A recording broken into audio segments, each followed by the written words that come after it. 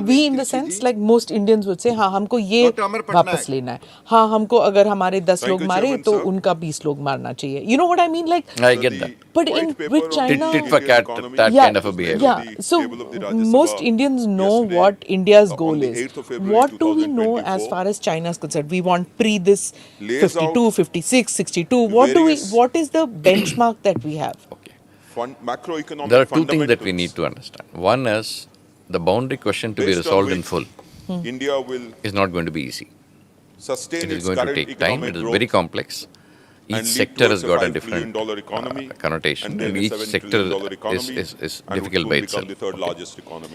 What we have been telling the Chinese post 2020 so the fundamentals are very strong. Is simply that let us come to an understanding that on the line of actual control, we will not, both the sides will not change the status quo unilaterally. We want this kind of an assurance so that at least the LSE is stable. Much higher than the other thing that we have been telling them, in fact our foreign minister has been telling them very frequently wherever he has been asked about this, is that we are not looking at the resolution of the boundary today to start rest of the things. We are looking for far less, is what he has been saying. That far less is basically to come to an understanding on line of actual control that we will not change the status quo unilaterally and we will maintain peace and tranquility along the line of actual control, which has been signed in all the agreement that we have signed from 1993, 96, 2005, 2013, etc. So that is something that if it could be done, then we can think of looking at other issues going forward. But since that is not happening, the important thing to that is the thing that we need to be insisting on to say that come to this at least so that then we can make a move forward. The states Sir, will also have to be recently, about 4-5 months back, we had gone to the LAC, close to the LAC, and we saw a lot of indigenous weapon systems deployed there, the Dhanush guns, the vehicles and all. How, China also in last few decades has come to a point where it is now, it first developed a military muscle in military hardware manufacturing. And today it is not just using them, it's also exporting them to different countries, and it's also used as military diplomacy. A lot of our neighboring countries have been getting their weapon systems and all. How important is it for India to get into that position? It is extremely important. And the process of this started about almost 10 years ago. Differently from other states. That is why you find this defense ministry coming out with negative list, etc., which you cannot import. The reason for that is those things can be developed indigenously or produced indigenously within the country. Resulting in and slowly we need to increase that percentage. To the fixed infrastructure, even today, as well as to the we have a dependence on Russian equipment. And therefore, and it is going to persist for some more time. It is not going to go overnight. Okay. Either by terminology slowly and steadily we have to start building things in the country. So that is why you find we went in for technology transfer from GE 414 for the aircraft engines, which was an issue. And we are trying to produce indigenous weapon systems, like artillery guns have started getting produced in India, light tanks have started producing in India. And so the aim is to become self-sufficient, at least for our requirements. Combined with that is also the export. Now, there was a report by DRDO chief, I think he gave an interview somewhere a couple of days ago. He has said that, we have 500,000 crores worth of stuff has been exported in the recent past. So, given to the Indian Armed Forces. Given to the Indian Armed Forces. So, the aim is to keep increasing the indigenous content in all our weapon systems, so that, we are not dependent on anybody when the time comes. Otherwise, what happens, if you are dependent, something goes wrong on the border, you have to keep rushing to get spares, you have to keep rushing to get ammunition, you have to keep getting to rush many other things. So those things need to be avoided. And second thing is, the moment you start buying things from abroad, you use a lot of foreign exchange. They're expensive and you use a lot of foreign exchange. So the defense budget, if you want to make what they call as maximum bang for the buck, is something that if you want to have, then start making things indigenously and within the country.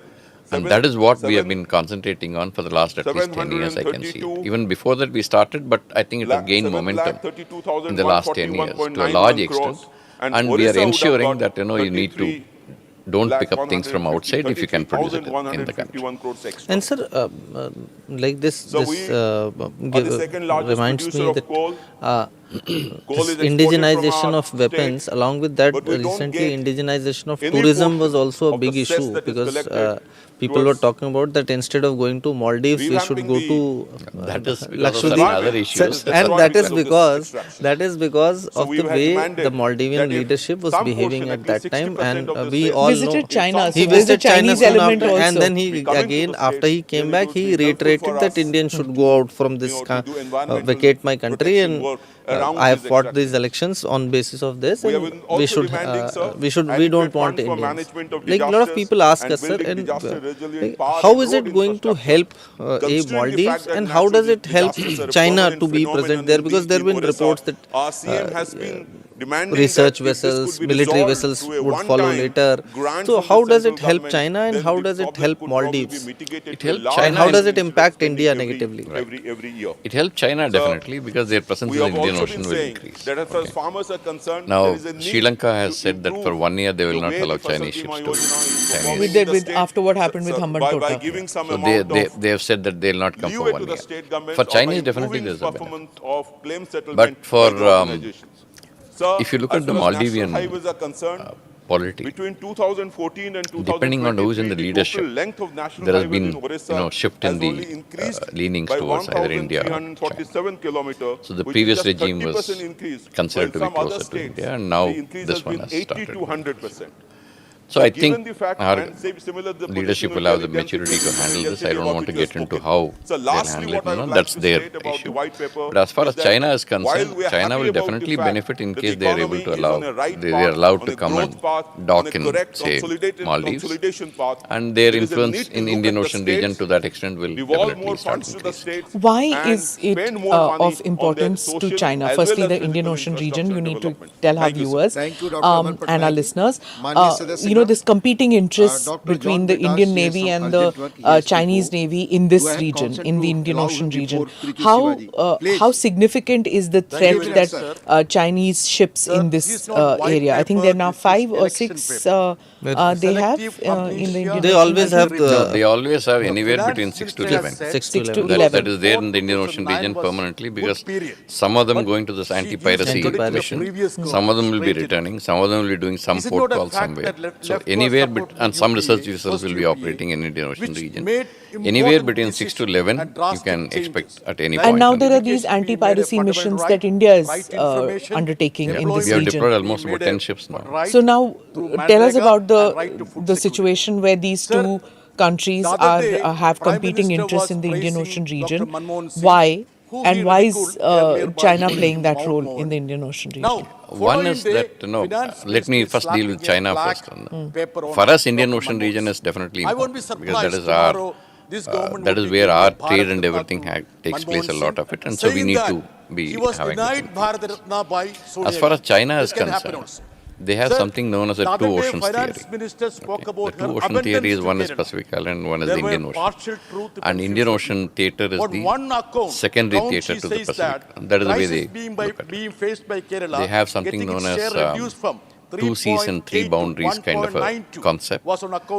Three boundaries are, one is the North Korean boundary, one is the Indian boundary, and Vietnam. That is one. And then the two seas that they have, Pacific and the Indian Ocean region. That is one aspect of it. The second aspect is, as I told you, if Chinese have to become world power, you have to have presence all across the world. If you don't have that, then you will not be able to influence incident that could happen anywhere. Like, for example, today, if you look at the US, it has got 800 bases, small and big, all over the world. So that is how US will be able to react to any incident that is happening anywhere close to these bases quickly. So that is the way you need to have. If you want to have worldwide influence, that is the way you need to operate. So if you have to operate like that, then China cannot be remain restricted. If you want to become a world power, then he can't be restricted only to, say, West Pacific Ocean. So it will increase. So he has to come to Indian Ocean region, he has to move towards Guam, and because he's got the claim of first island chain, second island chain. If he goes to second island chain, it will go to Guam. And then beyond. There's the US presence in Guam. Guam, of course, is a US base. So that's why you find many of the missiles, when they test and say this is a Guam killer. DF-26, when they tested, they said this is a Guam killer. So something will say aircraft killer. So that is basically the mindset. So to that extent, if you see, Indian Ocean will become at some point in time an important ocean for China. So Chinese, one of the Chinese admirals or generals actually, he said about 15 years ago, he said that Indian Ocean is not India's ocean. If I am wrong so on to that extent, the interest of China in Indian Ocean will be there and will keep increasing. And our interest is definitely there, because we are a resident power in Indian Ocean region, and most of our trade happens through Indian Ocean region, and we have our own relationships in this region. So we need our own influence. So you will find that as we go by, you will find this competition heating up is going to be heating up in the sense that it may not become very physical, but you will find this push and pull happening. Push and pull for influence happening. So that is something I think in the Indian Ocean region. And expanding to Africa, you see? Yeah, see, expanding to Africa is already taking place. You look at the way China has gone into Africa with many of the projects and other things, and also with fishing. They do a lot of fishing on the shores of eastern shores of Africa. So there are a lot of things that are happening even now. Claim that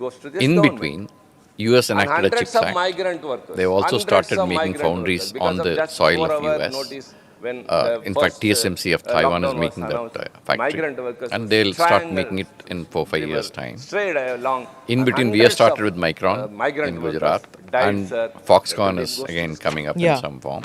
Sir, I want to stick to only 2 points. So Number what one it has is what has agriculture, happened is because I've started with the agriculture. supply chain disruptions that What happens we is faced the insurance companies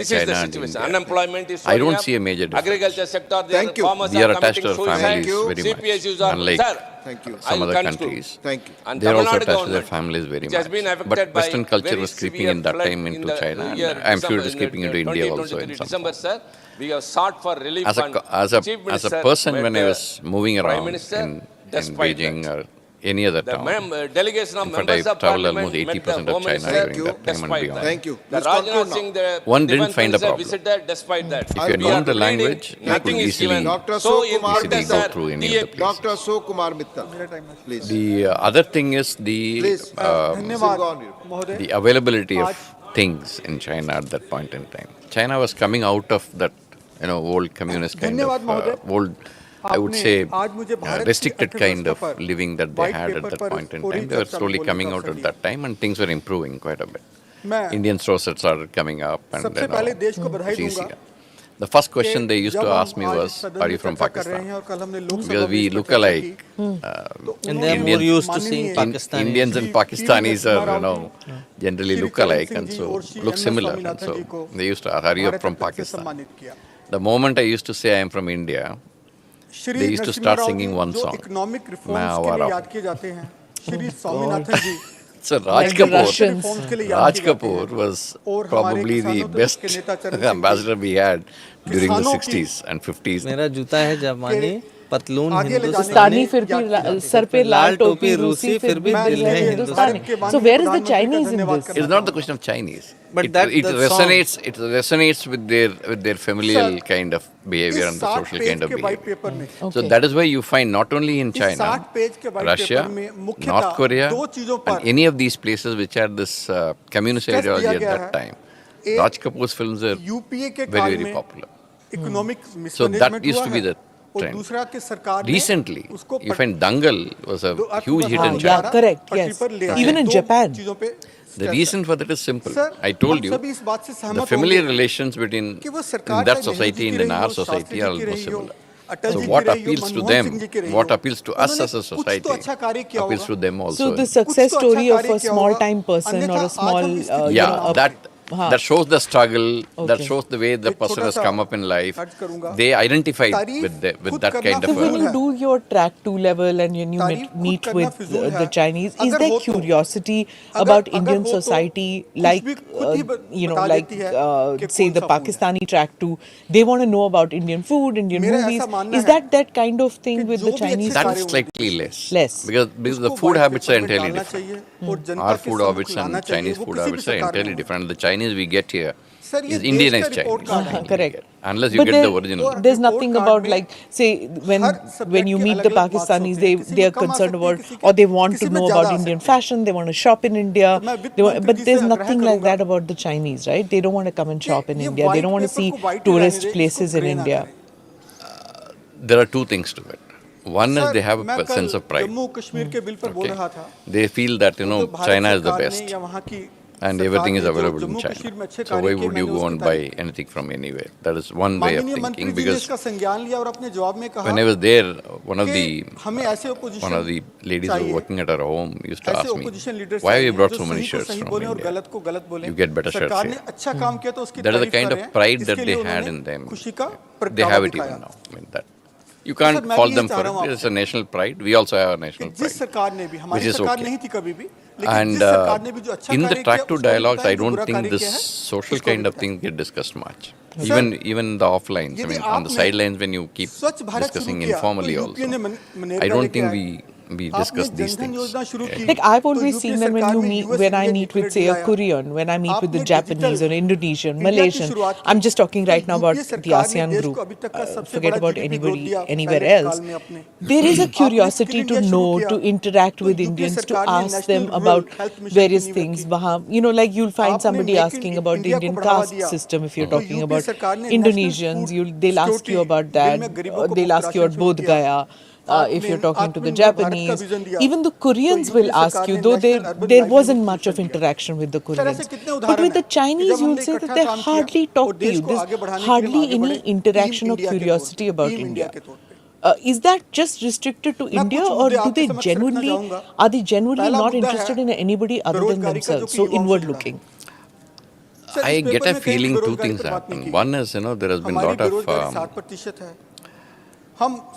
certain things don't work in China, like WhatsApp doesn't work in China, Google doesn't work in China, Twitter doesn't work in China.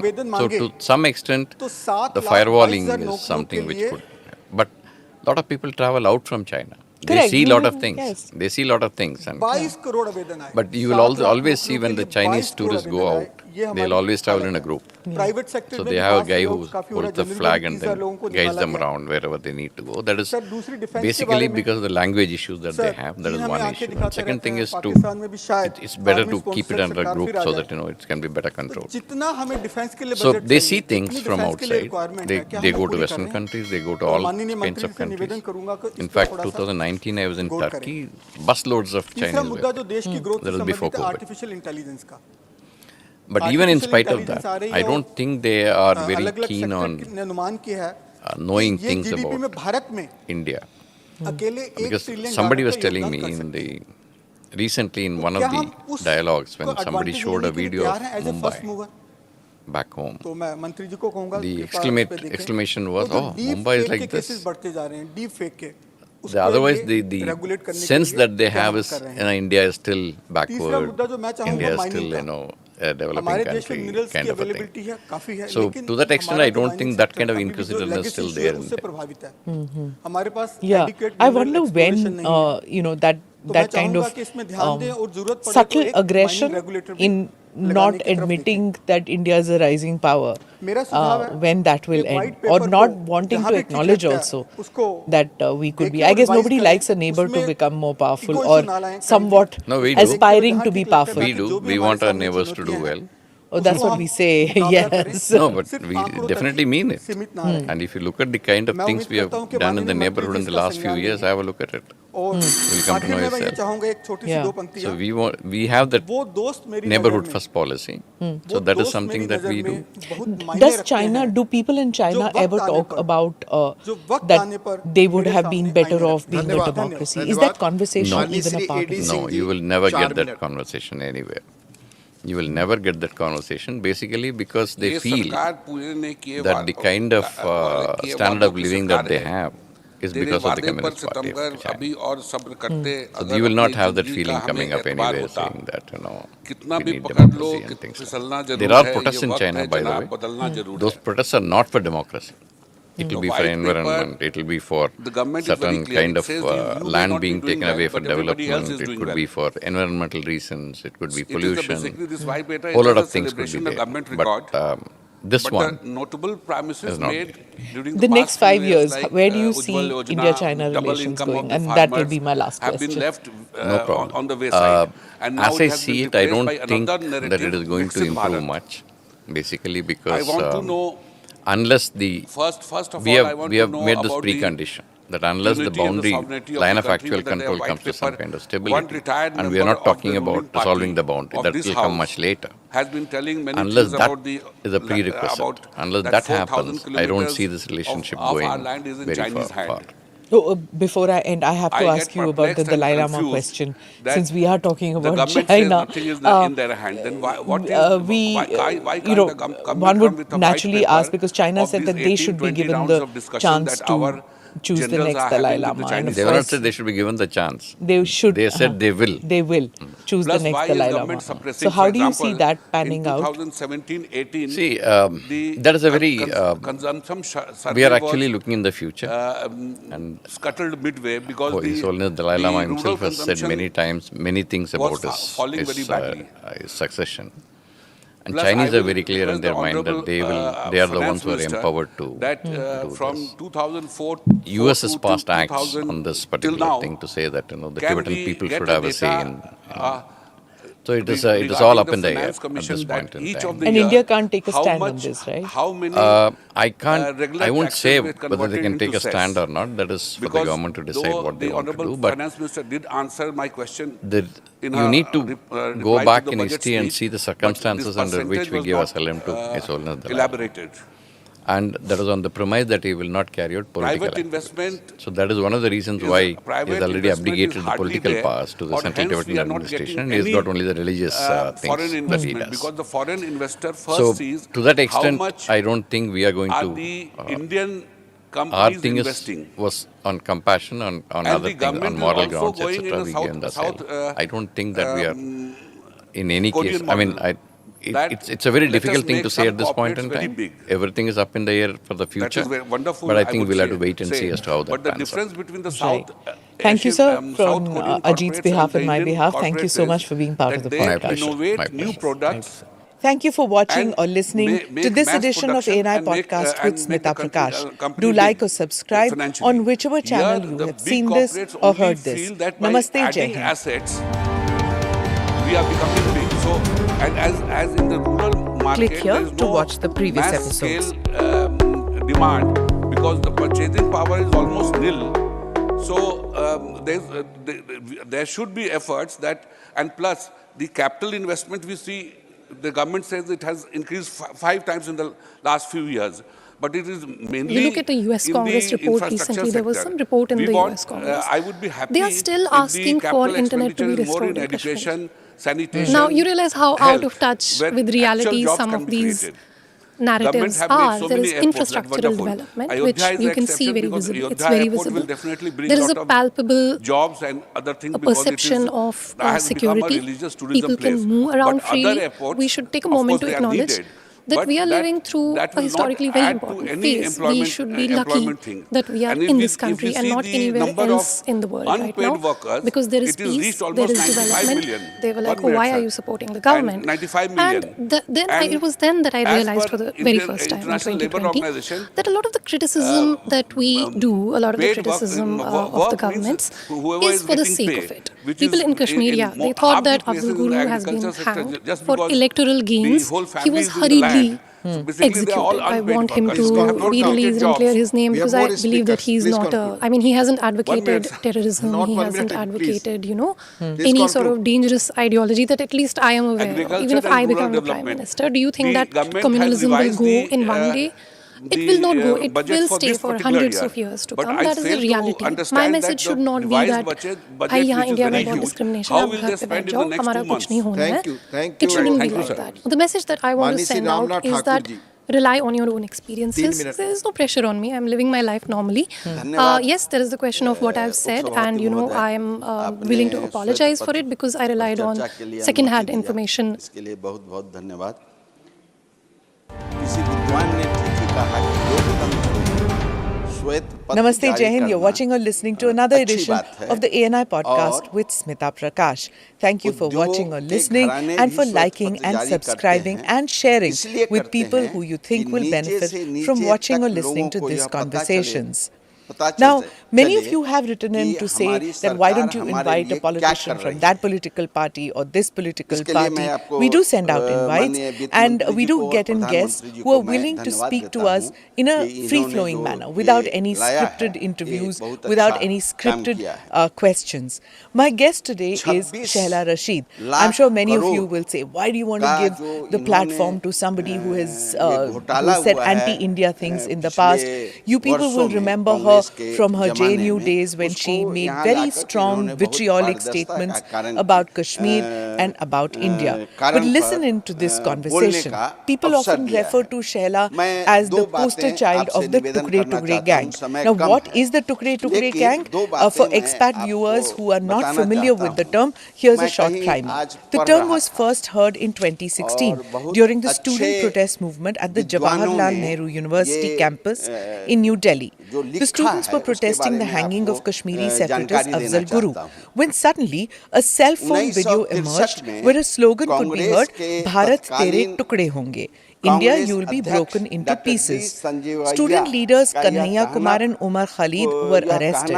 Ever since then, the term Tukre Tukre gang has been used by the right wing for those who are perceived as anti-national. Our guest today, Shehla Rashid, was part of the JNU student protest movement at that time, and she's had her sympathies with the Kashmiri separatists in the past, as also with the far-left agitationists.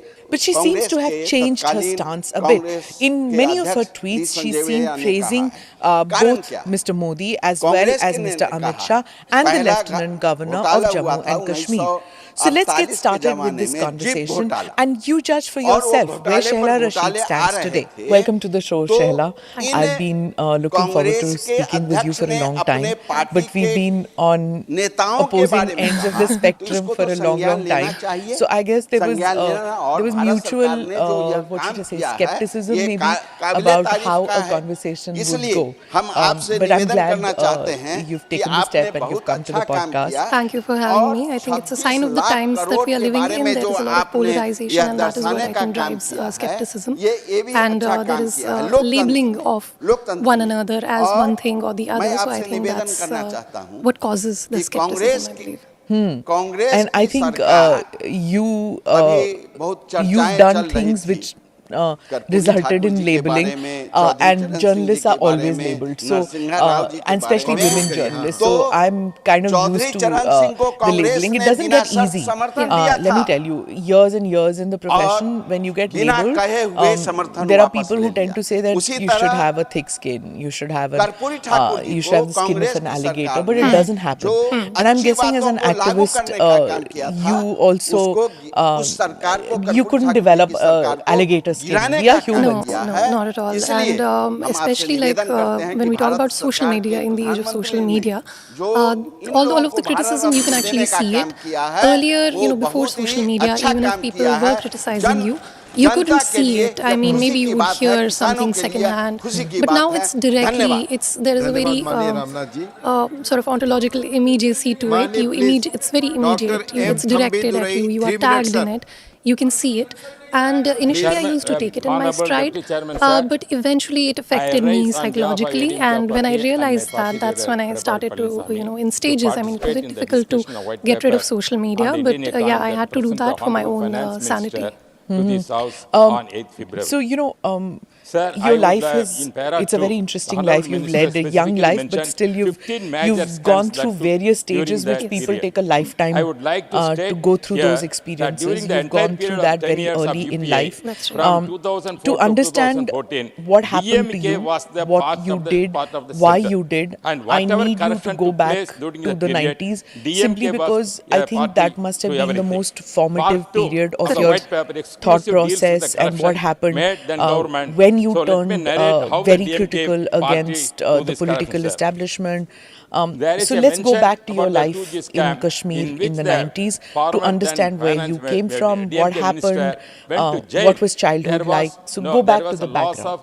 I mean, I grew up in a broken home, in a conflict zone, so I think that's not easy for anybody. Especially for me, watching my mother, get beaten up and face domestic violence on a routine basis. It certainly makes you angry. It makes you very sensitive to issues of injustice or perceived injustice. So you are what you can call me. I mean, I call myself a precocious politician. It's never too late for politics in India, but we were in some kind of hurry to, enter politics very fast. So I've done a kind of internship in politics, a 3 months internship in politics, during which I learned and unlearned a lot of things.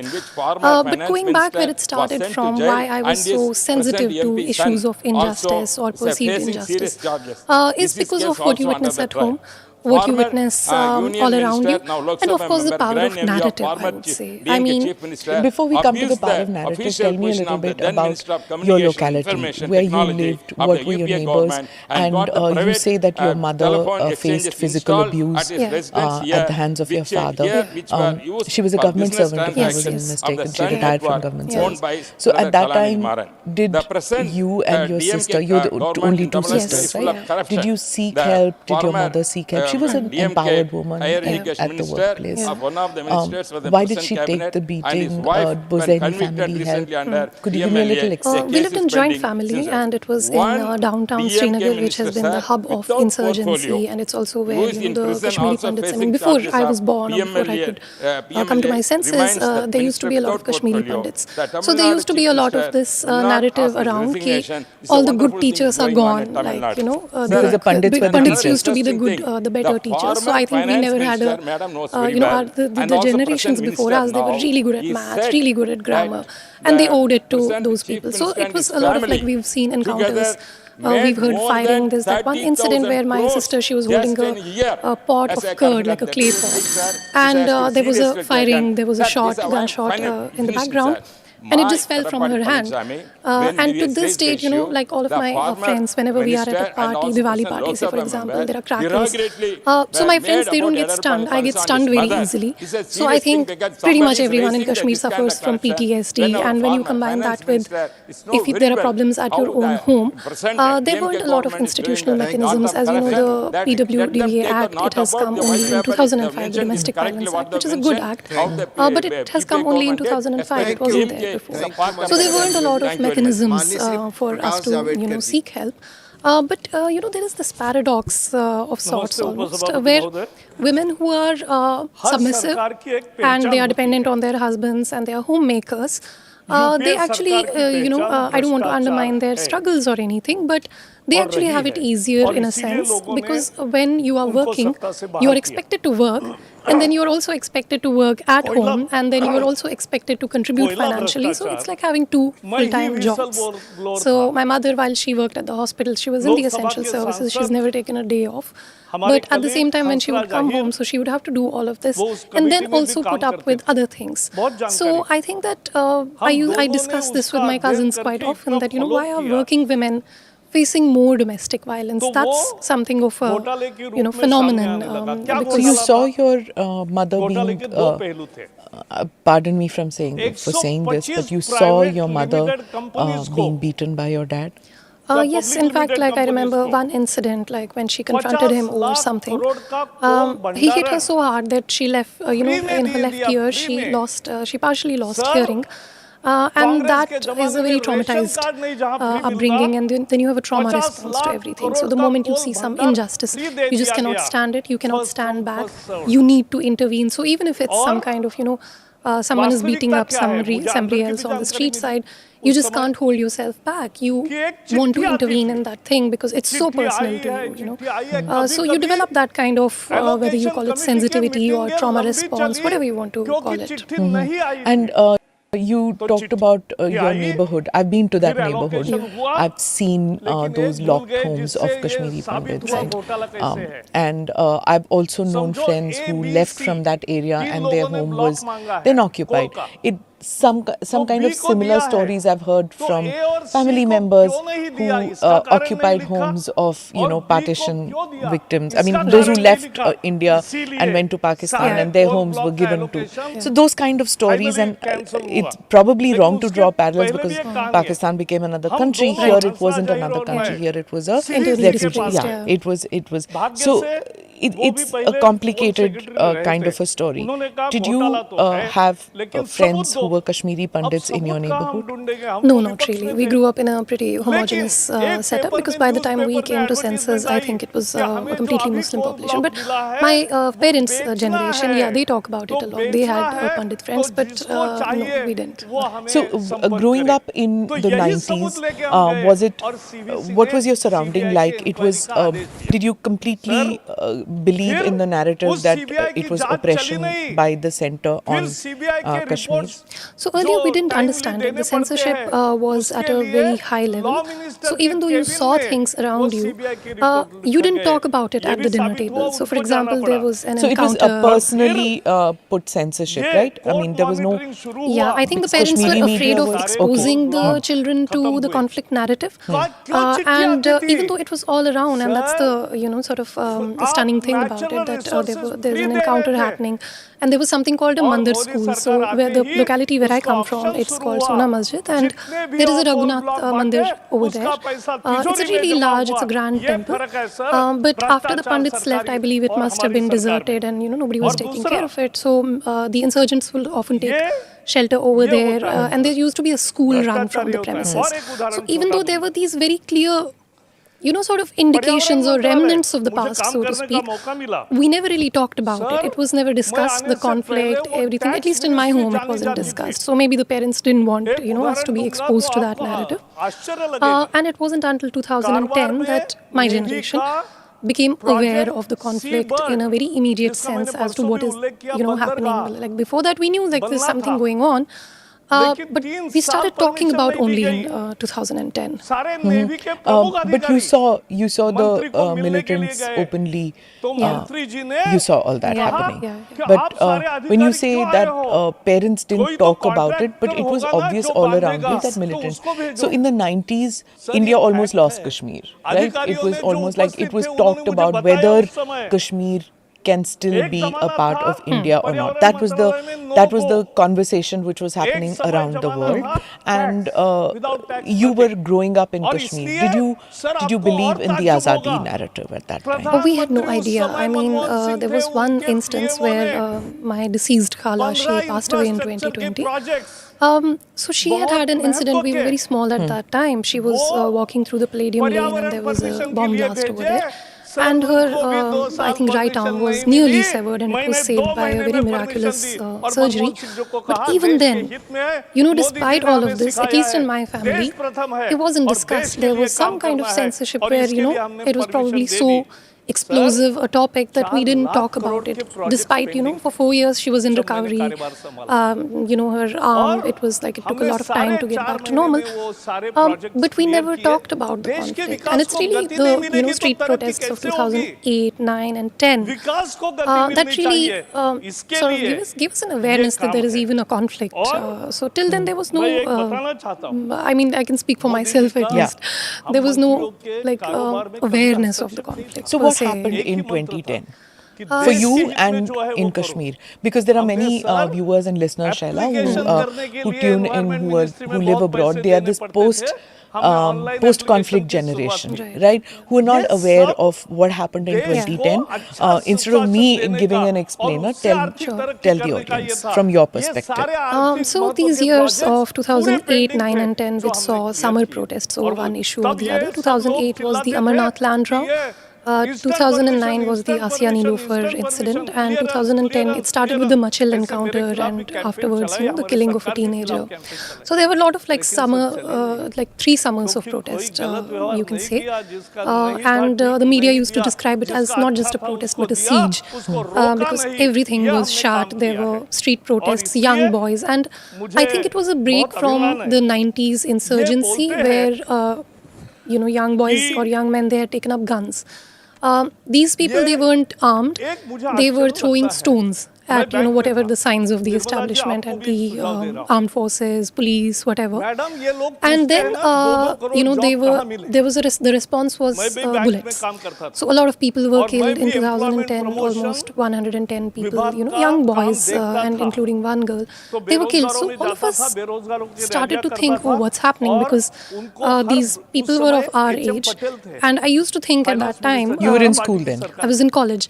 And I used to discuss with my friends, like, what if I weren't a girl, because girls are more protected. But what if I weren't a girl? Would I have gone out in these protests, and would I have been a part of those? So there was a lot of immediate awareness of the conflict. And you can say all of my college years, 2007 to 11, 3 of those years were simply lost. Like the academic calendar was simply lost to. I did my engineering from NIT Srinagar, computer science engineering, and 3 out of those 4 years were simply gone, because of the protests and everything. And initially we used to think, oh, why are these people doing it? Why are they going out on the streets? Why are they creating this havoc? But 2010 was really when when the civilian casualties. Why are people? So in your mind and between you friends, were you blaming the protesters or were you blaming the establishment? It started with blaming the protesters in 2008. Of course, I'm probably speaking from a privileged perspective and all of that. It started with blaming the protesters.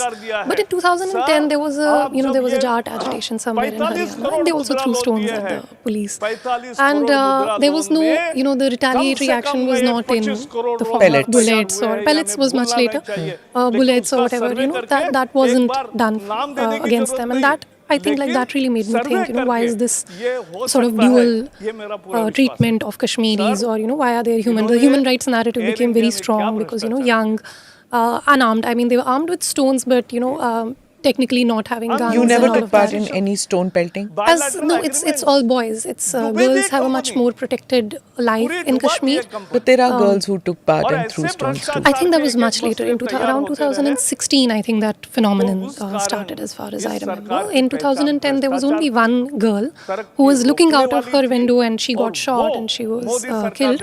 That also is, like a turning point in the minds of many people. But yeah, as a girl, you have a much more protected life in Kashmir. Boys have it, like they're much more exposed to those things. Your sympathies were with the stone pelters at that stage? In 2010, yes. I mean, the thing that we were saying is that the retaliatory action should not be so violent, like people should not be killed.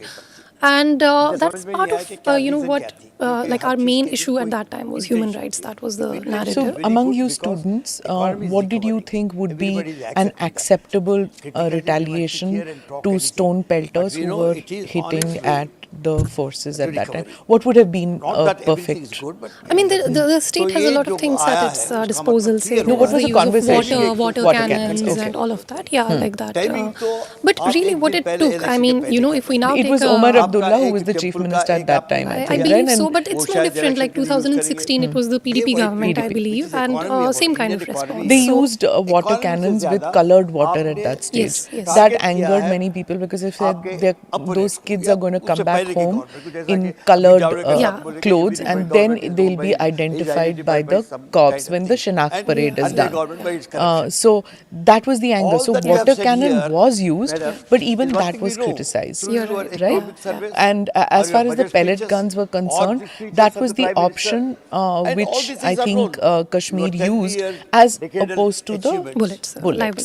Yeah, so it was crowd control that had worked in Israel, and that was a technology which was adopted in Kashmir at that stage. Am I right in saying and this? there were a lot of people at that time who were drawing parallels to the Intifada of, the Gaza. Correct. But today when I see, I'm much more grateful for today's situation.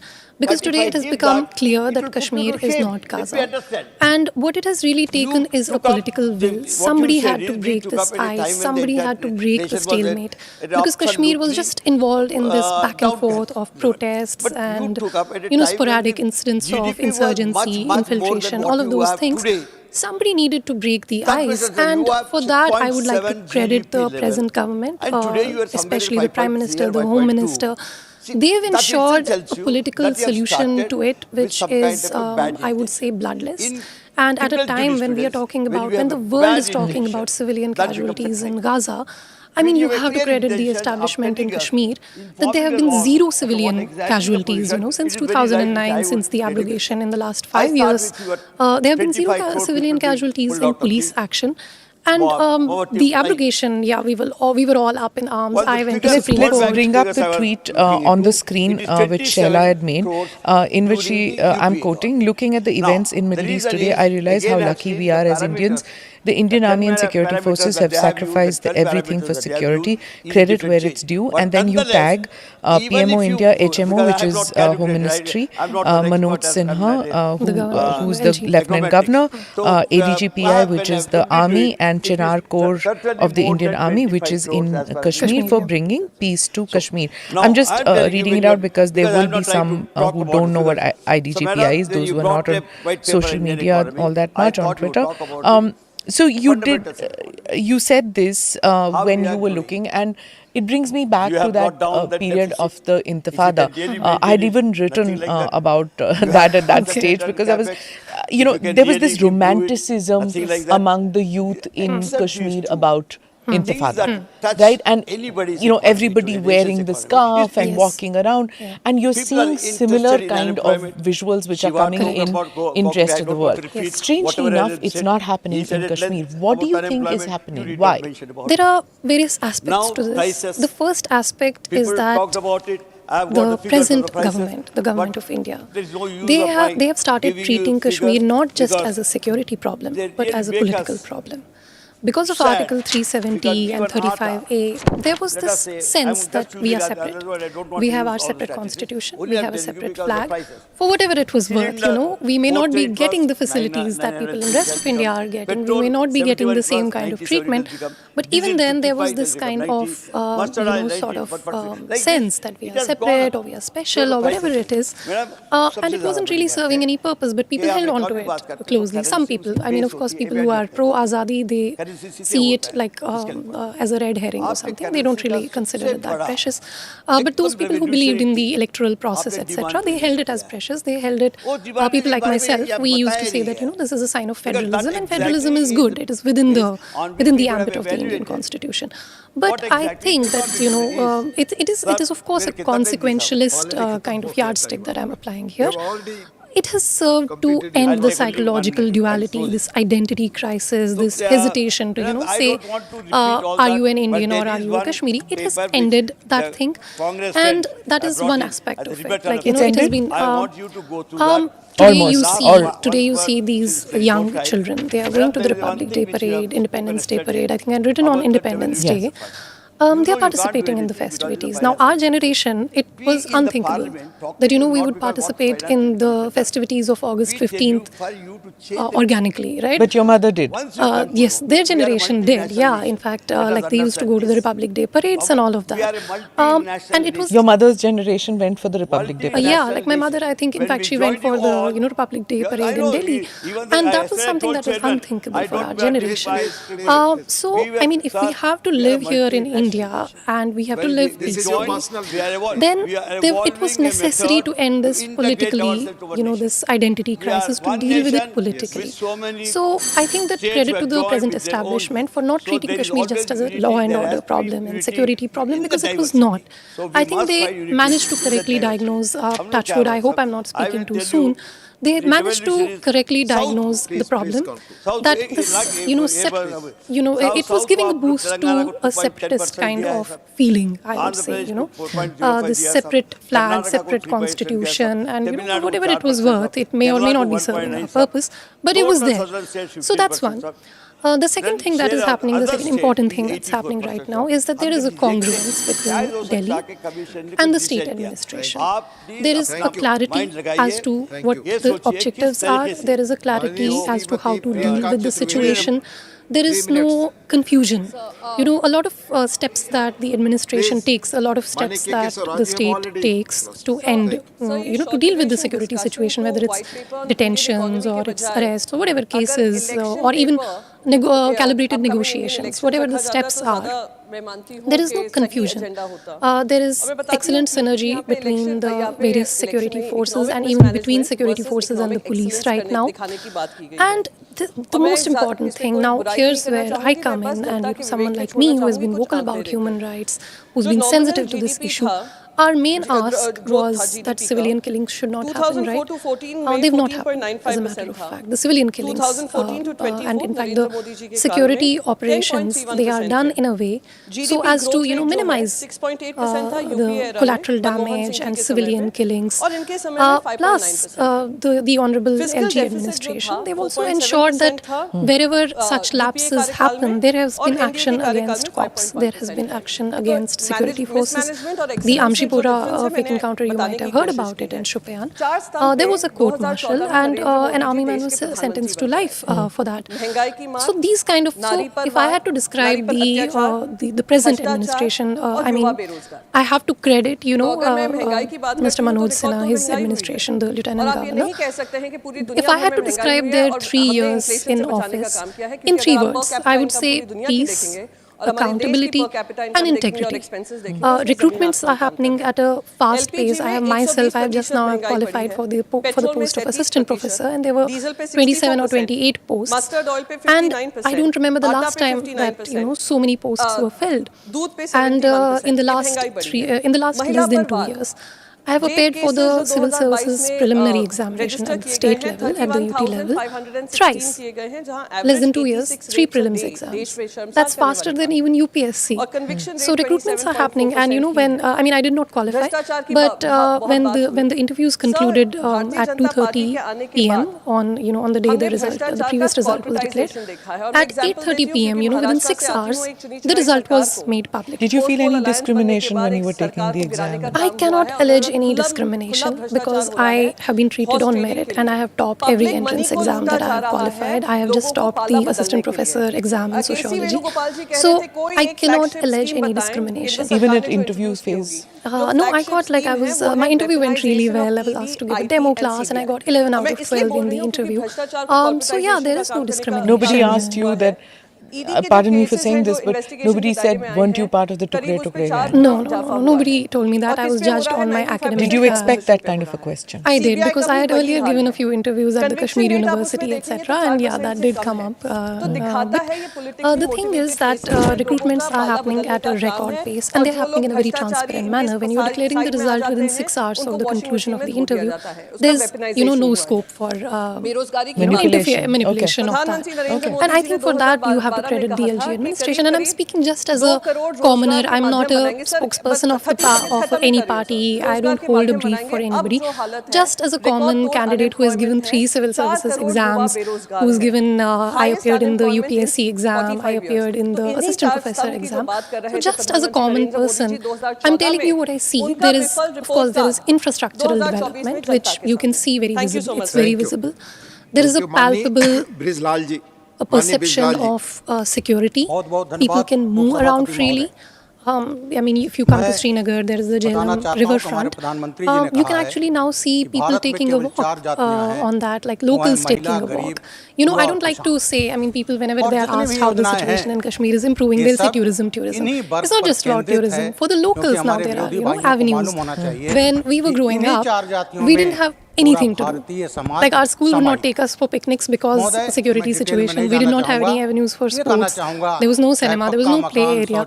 Now there are all those things. Didn't you as a kid ask this question of your mom? Like there are children who, there are Kashmiris I've spoken to, I've had friends of course, who bought into the separatist narrative. They would go to Bangalore, they would go to restaurants, bars, pubs in Chennai, in Bangalore, not so much in Delhi because they are recognized in Delhi. They would do all this in these cities, and when I would ask them that if you can do this here, don't you ask that why can't you have cinemas, why can't you have Bollywood, why can't you have cinemas? Yeah, absolutely. You're absolutely right. I think you hit the nail on the head. All of us, we have sort of 2 lives. We have dual lives as Kashmiris.